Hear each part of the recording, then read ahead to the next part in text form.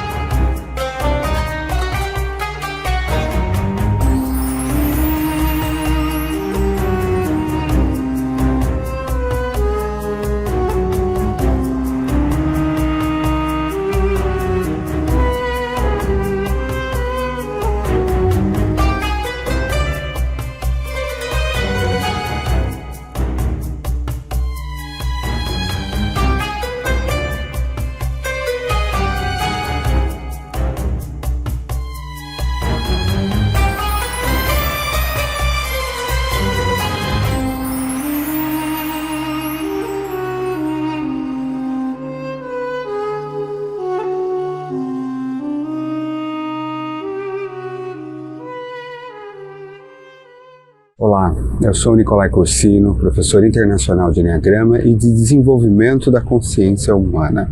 Eu estou aqui para mais um dos vídeos da série Enneacoaching no Egito, onde hoje eu vou falar para vocês um pouquinho sobre as minhas percepções, as impressões, aquilo que ressoa em mim de alguma forma no que diz respeito ao nosso caminho, principalmente através do sistema do Enneacoaching, dessa metodologia de desenvolvimento integral que usa o Enneagrama como um dos seus sistemas ou seu sistema principal como de mapeamento e desenvolvimento da consciência. Eu vou falar hoje para vocês um pouquinho sobre as impressões da Esfinge e das pirâmides de Giza, das 3 grandes pirâmides, e como de alguma forma elas me tocaram e me trouxeram percepções dos 9 raios ou dos diferentes leis e processos. Convido vocês a mais uma vez acompanharem toda a série aqui Enneacoaching no Egito, essa playlist que está aqui no YouTube Nicolai Corsino, porque em várias delas vão sendo tocados diferentes pontos ligados a essa sabedoria ancestral do Enneagrama. Vou começar falando algumas coisas muito interessantes sobre a Esfinge. A história mais comum, ou essa história que é contada a partir do século XIX por escolares, historiadores europeus, é de que a Esfinge tinha sido criada, ou foi criada, portanto, por volta do ano 2000 a.C., pelo faraó Khephren, porque alegam que a cabeça dele é a cabeça que está ali. Existe uma inscrição também à frente da Esfinge que fala alguma coisa sobre Khephren, não como construtor, mas fala um pouquinho sobre ele, porque ela está próximo das pirâmides e sabe-se que uma das pirâmides envolve essa dinastia, envolve esse trabalho. Hoje o que nós sabemos é que essa teoria muito provavelmente está errada, não é essa a data da Esfinge. Uma das descobertas mais interessantes feitas pelo John Anthony West, um egiptólogo aqui, que criou essa expedição que nós estamos fazendo. Ele só não está aqui esse ano porque ele faleceu no ano passado, mas ele esteve aqui nos 20 anos anteriores nessa expedição junto com o Russ Hudson, e é quem foi trazendo toda essa informação que hoje é mundialmente conhecida através dos seus incríveis livros. E uma das coisas que o John West demonstrou é que no topo da pirâmide há erosão de chuva, não erosão de vento, erosão de chuva. E ele trouxe não egiptólogos para cá, há alguns anos atrás, ele trouxe arqueólogos, ele trouxe geólogos, ele trouxe pessoas para estudarem de fato, tanto Yale como Harvard, e ficou muito claro, principalmente para os geólogos, que as erosões no topo da Esfinge, por exemplo, elas foram causadas por chuvas em longo período de chuvas. E a última vez que choveu aqui no Egito, e sabe-se disso por tanto período de tempo, foi por volta do ano 8000 a.C. É claro que a história que você aprendeu na escola vai dizer que a nossa civilização egípcia nasce por volta do ano 4000, que não tem nada diante disso, mas a gente tem mostrado aqui ao longo de toda esta série o quanto de fato existe o Egito antes das areias e muito antes disso. O que mostra então que a esfinge já estava aí há muito tempo atrás. A esfinge é muito mais antiga do que as pirâmides. Elas não foram construídas no mesmo tempo. E outra coisa interessante que tem se demonstrado, quando você olha para a esfinge, ela tem o corpo, que alguns vão dizer que é o corpo de um leão, a outros vão dizer que é o corpo de um cachorro, mas principalmente a ideia de que é um leão, e a cabeça dela é um tanto quanto desproporcional. E os egípcios não faziam besteira, gente. As pedras que eles colocam são milímetros de distância uma da outra, suas estátuas são altamente proporcionais, existe um senso de perfeição, eles não iam fazer uma coisa tão desproporcional assim. E a cabeça da esfinge é pequenininha, ela parece que não encaixa no corpo. Então o que se sabe, ou que se acredita hoje pelos estudiosos mais profundos, é que a cabeça da esfinge foi modificada com o tempo, ou seja, ela já existia de uma pré-civilização muito mais antiga, portanto talvez o que os egípcios se referem ao tempo que os deuses governaram a Terra, e ela foi modificada, talvez não só uma, mas mais de uma vez milênios depois, e muito provavelmente a última modificação aconteceu por volta, ou talvez até mesmo sob o pedido do faraó Khefren. E outra coisa interessante, que também coloca a pulga atrás da nossa orelha, é que muitos vão falar que aquele é Khefren porque essa é a cabeça de um faraó. O Jonathan West também levou essas imagens, ou imagens tridimensionais da esfinge para os Estados Unidos e para a Inglaterra, e fizeram aquele trabalho com pontos em 3D, que se faz filmes e cria, e fizeram uma comparação com a imagem desenhada de Khefren, e definitivamente um não tem nada a ver com o outro. Então é mais uma questão importante. E o documento, a placa que é encontrada na frente da esfinge, fala de Khefren, mas não como o seu construtor, como alguém que provavelmente usava esse espaço. Uma coisa que há de se entender, que a gente sabe hoje sobre as pirâmides de Giza, muito provavelmente a própria esfinge. Já existiam monumentos aqui milhares de anos antes das pirâmides. As pirâmides, sim, provavelmente datam aí de alguns milhares de anos antes de Cristo, por volta aí do ano 2000, mais ou menos nesse. Então as pirâmides sim são muito mais recentes, mas o que se imagina hoje, assim como você pega uma catedral, por exemplo, católica, e muitas delas ao longo da Europa, os romanos chegavam, construíam os seus templos em cima de antigos lugares sagrados, porque se havia um conhecimento de lugares sagrados no planeta. Então aí você chega, por exemplo, o Islã, quando começa a tomar posse, ele também constrói ou muda figuras das catedrais para transformá-las em templos islâmicos. Ou é comum, você vê a disputa por Jerusalém, que os lugares sagrados no planeta sejam utilizados por religiões em cima de religiões. Então o que muito provavelmente aconteceu é que onde estão as pirâmides, e elas estão exatamente alinhadas com o cinturão de Órion em detalhes absurdos, já existiam sites de civilizações antigas muito anteriores a essa. Então, muito do que a gente vê, às vezes até na construção, e nós vimos em detalhes das pirâmides, muito provavelmente não foi construído somente por volta aí de 2000, 3000 a.C., mas algo para 10, 11, 12 e quem sabe até muito antes disso. Outra coisa interessante sobre a esfinge olha para o horizonte, ela tem um olho muito claro para o horizonte. E para onde ela aponta? Ela aponta para uma das 12 constelações nascendo no céu. Hoje, por exemplo, a esfinge aponta, adivinhem para onde? Para o espaço entre a constelação de Peixe e Aquário, indicando que provavelmente, indicando a era de Aquário que está para chegar, que segundo o nariz da esfinge, o olho dela, nós ainda não chegamos. Lembra que a era de Peixes envolve toda a era, cada uma dessas eras, o tempo que cada uma dessas constelações fica ali no nariz da esfinge, dá a volta volta de 2.200 anos, porque tudo isso vai dar o que a gente chama de ano astrológico, ou o ano completo, o tempo do Sol dá a grande volta que vai entre 23.000 e 26.000 anos. Algumas tradições calculam isso de uma forma um pouquinho diferente. Quando eu divido isso por 12, eu vou ter mais ou menos 2.000, 2.200 anos por era. E nós, entrando na era de Aquário, a era de Peixes, e talvez seja por isso que Jesus Cristo, ou o cristianismo, traz o símbolo do peixe, e não somente o peixe, tudo é muito simbólico, e aí você tem a entrada na era de Aquários. Muitos vão dizer, e a esfinge aponta hoje para exatamente esse lugar. Quando a gente volta no tempo, e muitos vão dizer que a cabeça da esfinge era a de um leão, algumas inscrições apontam para isso, vai se dizer: para que a esfinge está ali, entre outras coisas? Para fazer, os egípcios tinham uma obsessão pela inteligência do céu, dos heavens, de cima, assim como é em cima e é embaixo, até porque o grande projeto de civilização é a construção do céu na Terra, e aí você tem a esfinge apontando para a constelação de Leo, ou Leão, que para os egípcios antigos indicava o Zep, o primeiro tempo, o que eles falam, onde tudo foi criado, onde essa nova grande volta acontece novamente na constelação de Leão.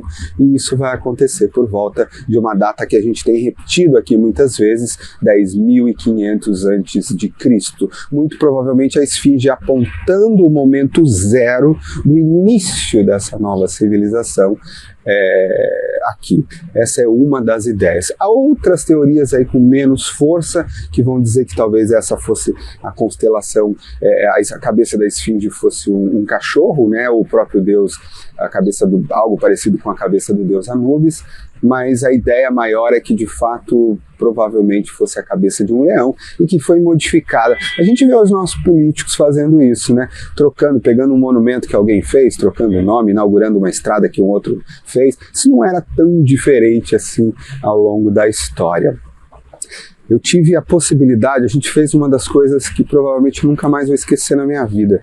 Nós chegamos à esfinge por volta de 5 da manhã, e a gente tinha uma permissão especial para ficar das 5 às 7, só o nosso grupo. E nós ficamos ali enquanto o sol nascia, entre as patas da esfinge, e fizemos uma meditação em torno de 40 minutos, apenas sentindo aquele lugar, aquele processo. Eu encostei na lateral da pirâmide, o cardíaco, o corpo, sentindo a vibração dela. A esfinge tem a ver com um lugar sagrado, e portanto a vibração, a energia nesse lugar, as iniciações que eram realizadas, a história que foi colocada, existe uma força muito poderosa. Nós estamos falando de uma tecnologia absolutamente desconhecida em termos da relação do homem com a sua espiritualidade, com a grande matemática do universo, que nós estamos muito longe ainda de compreender. Trazendo um pouquinho então para as pirâmides de Giza, que estão um pouquinho acima, a esfinge está um pouco mais à frente. Hoje a esfinge está alguns quilômetros do Nilo, mas muito provavelmente nas inundações do Nilo, o Nilo já chegou até ali. A frente da esfinge era provavelmente um porto aonde barcos chegavam, mas isso também milhares de anos depois. Lembrar que esse é um lugar que foi sendo modificado ao longo do tempo, e o Egito só vai ter areia, só vai virar deserto depois que a gente tem o grande dilúvio, vamos dizer assim, o tempo das chuvas, que acontecem por volta do ano 8000 a.C., já que antes disso o Egito, como o Gurdjieff dizia, era o Egito antes das areias, era um Egito muito mais verde, com muito mais água.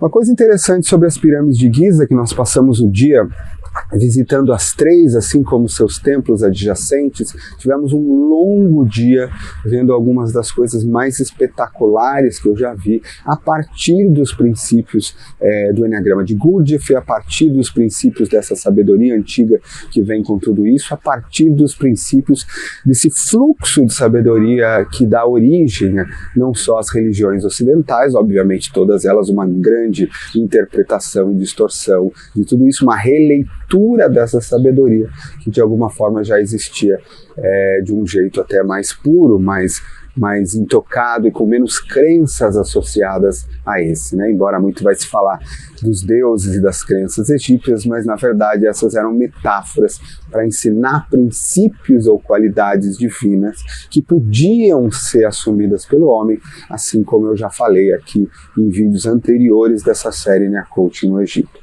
Algumas coisas interessantes sobre as pirâmides, infelizmente eu não consigo entrar em tudo que tem ali de mágico, mas é a sua descoberta há alguns anos atrás, há algumas décadas, não é muito, de que elas são absolutamente alinhadas com as 3 estrelas do cinturão de Órion. Muito se perguntava por que elas não tinham um alinhamento exato, até que se descobriu não só essas, mas como eu já disse antes, quase todas as grandes pirâmides do Egito alinhando de alguma forma o céu em algum momento do tempo. Algumas outras coisas que são bastante interessantes. As pirâmides são construídas com tipos de pedras diferentes. A gente estava, por exemplo, na pirâmide de Miquerinos, ou Mencara, como é dito aqui no Egito. E essa é a menor das pirâmides e a última delas. Ela tem uma coisa interessante, ela tem boa parte dela, elas são feitas aqui de limestone, né, um tipo de pedra, mas boa parte dela é coberto com granito, um granito mais vermelho na base dela. E esse granito está aí há milhares de anos. Vale lembrar que o granito foi trazido de Aswan, que está a cerca de 1000 quilômetros ao sul. Então eu estou falando de centenas de milhares de toneladas de granito que estão, por exemplo, na entrada de algumas pirâmides, na base de alguns pontos, em alguns dos templos que vieram de 1000 quilômetros daqui. Não há tecnologia de engenharia capaz de colocar blocos como esse dentro de barcos de madeira. Isso é absolutamente absurdo. Uma das coisas que a gente sente aqui é o senso do absurdo das teorias de que bastava se colocar milhares de escravos e que você construir uma pirâmide. Vai lá para você ver, na pirâmide de Khafre, uma pedra, sem brincadeira, posicionada como um Lego. Elas são posicionadas como Tetris, gente. Quem jogava Tetris. Uma pedra que deve ter, assim, se você abraçar 10 pessoas, é o tamanho dela num bloco só. E ela foi cortada com ferramentas e posicionada ali. A base da pirâmide, da segunda pirâmide, a pirâmide, foi construído um platô, né, um chão para colocar ela, com imensas pedras pesando milhares de toneladas provavelmente, só que elas são encaixadas, colocadas ali. Engenheiros aqui com a gente, vamos lembrar que eu sou engenheiro, né, eu sou engenheiro formado pela USP, tenho um conhecimento colocado nisso. Isso não é possível com a tecnologia do homem hoje, esse tipo de encaixe. Tem uma coisa interessante numa delas, é que, uma coisa que eu não sabia, você vai na grande pirâmide, a pirâmide de Quéops, as pedras são polidas, né? Elas são perfeitas, no encaixe que você não coloca um cartão de crédito, e realmente elas foram trabalhadas. E aí você fala de milhares, milhões de pedras. Se você fosse fazer um cálculo do tempo para colocar isso lá em cima, o que não é possível, absolutamente, gente, a conta não fecha. Não tem como. Existe uma tecnologia perdida na qual nós não temos consciência e nem acesso. E a gente vai se perguntar como possuir essa tecnologia 11.000 anos atrás. E tem uma outra coisa interessante, em todo o Egito os hieroglifos não contam eles não mostram em nenhum único desenho o processo de fabricação das pirâmides e dos templos, o que nos faz imaginar que talvez seja algo bastante secreto. Para que serviam as pirâmides? Eram tumbas? Não. Essa teoria está indo completamente por água abaixo, é algo extremamente simplista, porque foram encontrados, sim, alguns dos corpos, falam-se em tumbas. Há de se entender uma coisa, a humanidade, principalmente, sempre quis ser enterrada perto de lugares sagrados.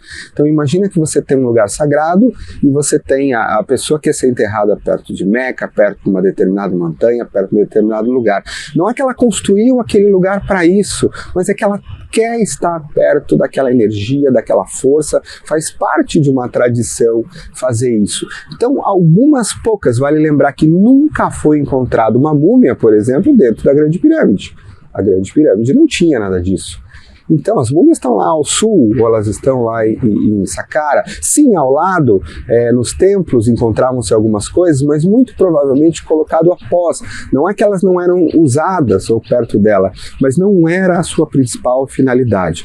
Quando você olha para aquela construção de pedra pura, e lá dentro você tem algumas câmaras posicionadas, alinhadas de forma perfeita com algumas estrelas específicas.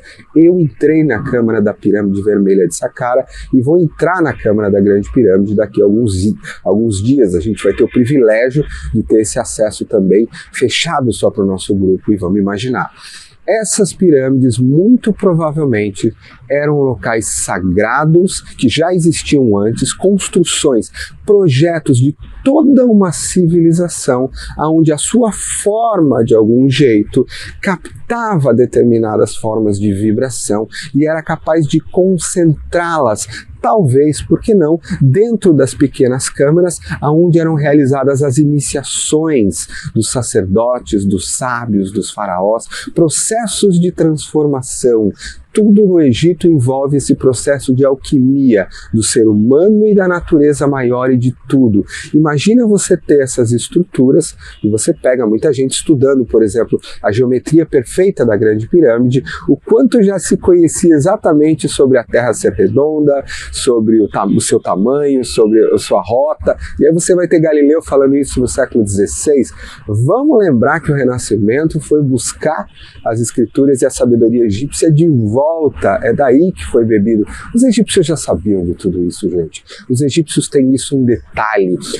Imagina que a diferença, né, colocada na base da Grande Pirâmide é menor do que centímetros.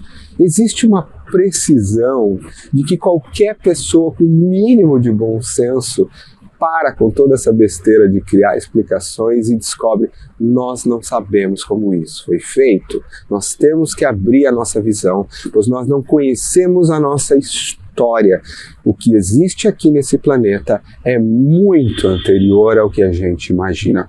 E a gente não pode ficar tentando explicar coisas que a gente não sabe explicar com teorias que absolutamente não fazem nenhum sentido e depois ficar defendendo as nossas teses de mestrado e doutorado por aí, de forma a tentar manter uma coisa que não é verdadeira. Então, quando a gente olha para as pirâmides, é muito interessante. Por exemplo, algumas pessoas até hoje sabem que o formato da pirâmide, né, em termos de geometria sagrada, é capaz de criar. Tem uma coisa interessante nos templos perto da pirâmide: você tem granitos vermelhos e granitos preto, que eles dizem aqui. E eles dizem que as pedras têm origens diferentes. Por exemplo, o granito é considerado uma pedra que nasceu, né, da lava, portanto uma pedra de fogo.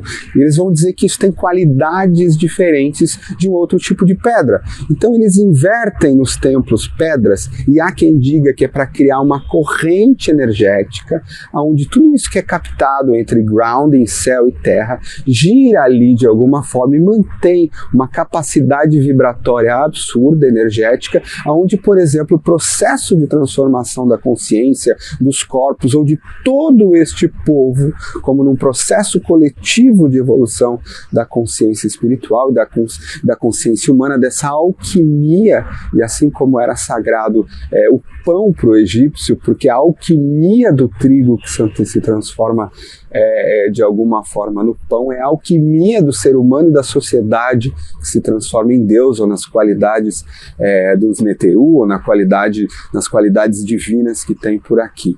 Então sim, lugares para aprendizagem, iniciação, transformação. Os egípcios tinham essa relação muito forte com a questão da morte, não a morte como nós vemos, mas a morte como a grande transformação, até mesmo a morte em vida, mas a morte do corpo como essa passagem. E de alguma forma, assim como a gente tem em algumas experiências xamânicas, você entrar lá dentro, 40 metros, naquele lugar escuro, gente, lembra um pouco da história da tenda xamânica, que processos você passa na escuridão, o que você tinha que passar, por exemplo, como processo iniciático, talvez para experimentar o processo de morte e acelerar O que parece é que há um design de treinamento, que você olhar para a minha história, assim como nós desenhamos um programa de treinamento ou de desenvolvimento da consciência, assim como a coaching é isso. Desde a base 1 até todas as bases, os instrumentos, os processos, os caminhos visam essa transformação da consciência. Muito provavelmente os egípcios tinham todo esse processo também desenhado, processos iniciáticos extremamente poderosos para os seus sacerdotes, para os seus faraós, para a sua população, e esses lugares eram lugares especiais e sagrados para esses ensinos, para esses processos, para esses rituais que visavam um pouco de tudo isso. É muita coisa incrível, muita coisa. E aqui a gente só tem que colocar a nossa reverência para esta civilização sagrada que nos deu e nos traz, e que codificou aqui ensinamentos para um projeto de milhares e milhares de anos, onde a harmonia de uma civilização seria construída. E também um pouquinho da nossa dor ao sentir que sim, nós perdemos isso. Nós perdemos esse senso. E é sobre isso que eu vou falar um pouquinho agora. Aqui nas pirâmides hoje foi a primeira vez nessa expedição de 30 dias em que eu senti de fato uma grande tristeza. Uma das coisas que a gente faz aqui nessa expedição, liderada aqui pelo Ross Hudson, e ele é uma pessoa muito envolvida com prática de presença, com as práticas de Gurdjieff, com essa coisa da atenção em tudo que se faz, é estar o tempo inteiro voltando a nossa presença, a nossa atenção. Como essas estruturas estão impactando cada um dos teus 3 centros de inteligência. Como diminuir qualquer forma de reatividade e deixar essas impressões atemporais entrarem nos centros de inteligência e afetarem você de forma receptiva. E eu posso dizer que eu fui afetado hoje no cardíaco, no coração, de uma forma que eu não imaginava. Em um determinado momento eu estava andando entre uma pirâmide para outra, nosso grupo, conversando sobre essa civilização, como eu disse em vídeos anteriores, que olhando aqui para o ponto 9, vamos olhar para o raio 9 do Enneagrama como algo que desenvolvia a sua relação com o cosmos, desenvolvia a sua relação com o dentro, com o fora, com o todo, com essa criação do céu na Terra de uma maneira extremamente harmônica, extremamente conectada, que não tinha a diferença entre o sujeito e o objeto por enxergar absolutamente a mesma coisa. Aí você fecha os olhos e volta para o Egito antes das areias. Eu pude me ver dentro de um holograma e eu via as pirâmides, gente, e elas eram cobertas no passado, e sabe, a camada de cobertura delas caiu, elas eram brancas, elas refletiam a luz do sol a centenas de quilômetros de distância. Toda a questão delas, do envolvimento energético, portanto, nessa capa, ele funcionava muito bem, ele potencializava esse chão, existia essa conexão com todo o mundo espiritual, com toda a espiritualidade. E aí você tem tudo isso, e você andando por ali, vendo água, o verde, aquela civilização como projeto ligada, e aí você descobre que ela colapsou, e aí você descobre que ela caiu, e aí você descobre que essas eram pessoas, como eu disse, mostrei em vídeos anteriores pelos hieroglifos, que tudo que elas faziam era sagrado. Não foram escravos que construíram as pirâmides, gente. Foram pessoas com muito conhecimento, dedicando a sua vida a um trabalho em presença, em mindfulness. É um trabalho de amor. Trabalhos perfeitos como esses têm origem no amor e não na ordem, e não no chicote. E imagina, e como todo trabalho de escola iniciática, a gente sabe que muitas vezes você tem que varrer o chão do templo, você tem uma série de atividades práticas, são atividades fundamentais para você exercitar a sua presença enquanto você cresce. Isso está em todos os lugares. Agora imagina uma civilização inteira se juntando e dedicando à construção de um tijolo, todo esse amor, todo esse cuidado, porque é um trabalho espiritual para durar milhares e milhares de anos. E nós perdemos isso. E aí, trazer atenção a um ponto muito especial, ao ponto 9 do Enneagrama. O esquecimento de si, a desconexão da harmonia, o fato da queda. Gente, a nossa civilização está muito longe disso.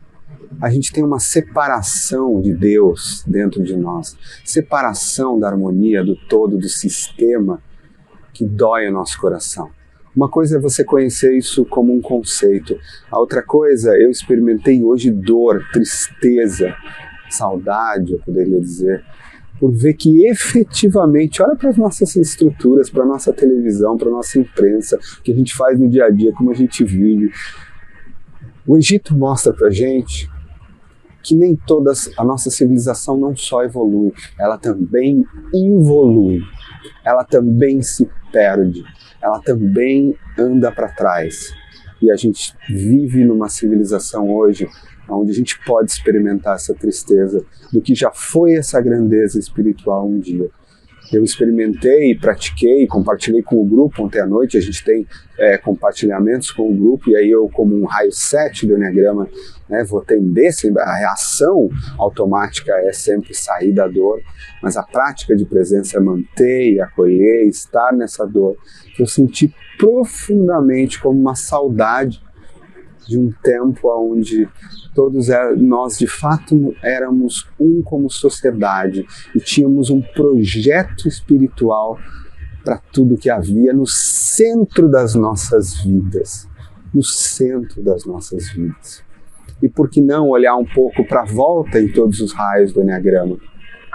No ponto 1, e aqui existe um princípio em Deus, o princípio Ma'at, que é a ordem, a integridade, e se perguntar o quanto essa civilização de fato vivia nesse senso de ordem, de integridade, de perfeição, e o quanto nós perdemos isso como civilização.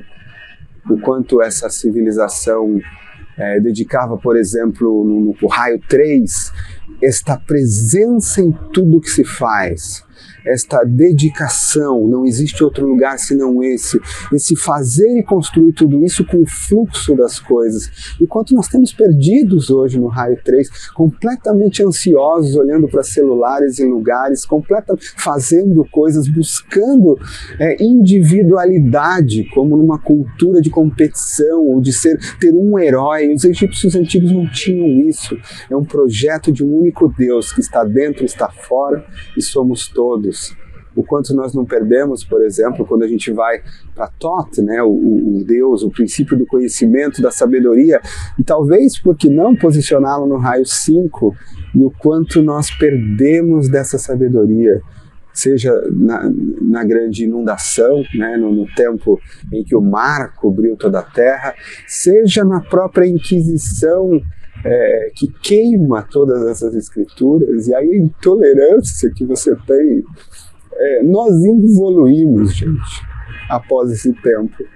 Não é tudo que evolui, nós andamos para trás. E será que estamos andando para trás hoje de novo, queimando nossas florestas, poluindo todos os espaços, se perdendo em processos? E sim, há mais e mais indivíduos despertando a consciência, mas isso não é um projeto ainda da nossa sociedade, do nosso Estado. E é isso que dói um pouco nesse ponto, e aí trazendo a iluminação do raio 5 que aparece em Thoth, mas também sempre, talvez, por que não, quando os pássaros são colocados como cabeças, eles estão falando de qualidades aqui de visão, muitas delas ligadas ao ponto 5.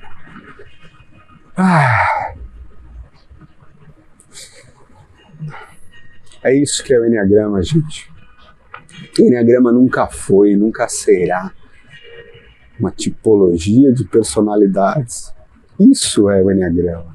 Um fluxo de conhecimento, de sabedoria alquímica e transformacional que vem imbuído de histórias de milênios e de todos os tempos, que nos auxilia nesse processo que os antigos egípcios tanto prezavam, que é a alquimia da alma coletiva, a alquimia desta alma, deste mundo, a transformação deste corpo no corpo do céu, a transformação deste corpo no céu, aonde está dentro, está fora.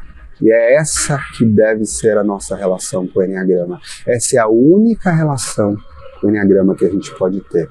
Enquanto você ainda não for tocado, e você deve perseguir isso por toda a sua existência na sua relação com o Enneagrama, vir a partir deste espaço sagrado Não importa qual dos aspectos você ensine, mas se você não vem a partir deste espaço sagrado espiritual, deste nível e linha de conhecimento cultivando dentro de você, assim como os egípcios faziam uma pedra, ou pescavam, ou usavam seus rituais, você de fato ainda não se alinhou à linhagem do Enneagrama e de onde ele vem.